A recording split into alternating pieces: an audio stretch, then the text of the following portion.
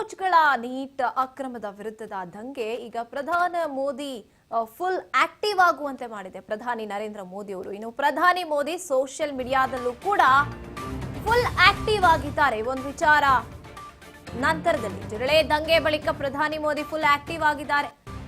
Social ಮೀಡಿಯಾದಲ್ಲೂ ಕೂಡ active ಆಗಿರುವಂತದ್ದು. ಇದೀಗ ಮತ್ತೊಂದು ವಿಡಿಯೋ ಮಾಡಿ ಪ್ರಧಾನಿ ನರೇಂದ್ರ ಮೋದಿ ಅವರು ಧನ್ಯವಾದಗಳನ್ನ ತಿಳಿಸಿದ್ದಾರೆ.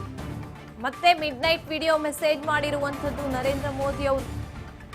ಥ್ಯಾಂಕ್ ಯು ಫ್ರೆಂಡ್ಸ್ ಅಂತಲೇ ಮಾತನ್ನ ಆರಂಭ ಮಾಡ್ತಾರೆ ಮೋದಿ. ಯುವಜನತೆಯೊಂದಿಗಿನ ನಮ್ಮ ಸಂಬಂಧ ಮತ್ತಷ್ಟು ಗಟ್ಟಿಯಾಗಿದೆ ಅಂತ.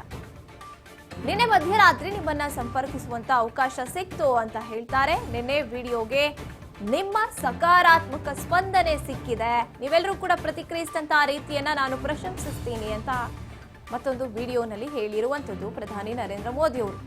ಮೊದಲನೇ ವಿಡಿಯೋದಲ್ಲಿ ಏನೇನಿತ್ತಪ್ಪ ಅಂತ ನೋಡ್ತಾ ಹೋದಾಗ ಏನ್ ಇವಾಗ ನಡೀತಾ ಇದೆಯಲ್ವಾ, ಅಕ್ರಮ ನಡೆದು ಹೋಗಿದೆ, ಜೊತೆಗೆ ವಿದ್ಯಾರ್ಥಿಗಳೆಲ್ಲ ಇಷ್ಟು ಹೋರಾಟ ಮಾಡ್ತಿದ್ದಾಗ ಇದು ನಿಜವಾಗ್ಲೂ ಕೂಡ ಖಂಡನೀಯ. ಯಾರ್ಯಾರು ಇದ್ರ ಹಿಂದೆ ಇದ್ದಾರೆ, ಈ ಅಕ್ರಮದ ಹಿಂದೆ, ಅವರಿಗೆ ತಕ್ಕ ಶಿಕ್ಷೆಯನ್ನ ನೀಡಲಾಗತ್ತೆ ಅಂತ ಒಂದು ವಿಡಿಯೋನ ಹರಿಬಿಟ್ಟಿದ್ರು. ಅದಾದ ನಂತರದಲ್ಲಿ ಒಂದು ರೀತಿಯಾಗಿ ಒಂದ್ ಕಡೆ ಕೇಂದ್ರ ಜೊತೆಗೆ ಕಾಕ್ರೋಚ್ನ ಇಬ್ಬರು ಮಾತುಕತೆಯನ್ನ ಕೂಡ ನಡೆಸಿದ್ರು. ಅದಕ್ಕೂ ಒಪ್ಕೊಂಡ್ರು. ಈ ಕಡೆ ಸೋನಂ ವಾಂಗ್ಚುಕ್ ಅವರು ಪರವಾಗಿಲ್ಲ, ಏನೋ ಬಿಸಿ ಮುಟ್ಟಿರೋ ಹಾಗೆ ಕಾಣಿಸ್ತಾ ಇದೆ ಅಂತ ಅವರ ಒಂದು ಉಪವಾಸವನ್ನ ಅಲ್ಲಿಗೆ ಸ್ಟಾಪ್ ಮಾಡಿದ್ರು. ಇಷ್ಟೆಲ್ಲ ಬೆಳವಣಿಗೆಗಳು ಆದ ನಂತರದಲ್ಲಿ ಜೊತೆಗೆ ಎಲ್ಲರೂ ಕೂಡ ಶ್ಲಾಘನೆಯನ್ನ ವ್ಯಕ್ತಪಡಿಸಿದ್ರು.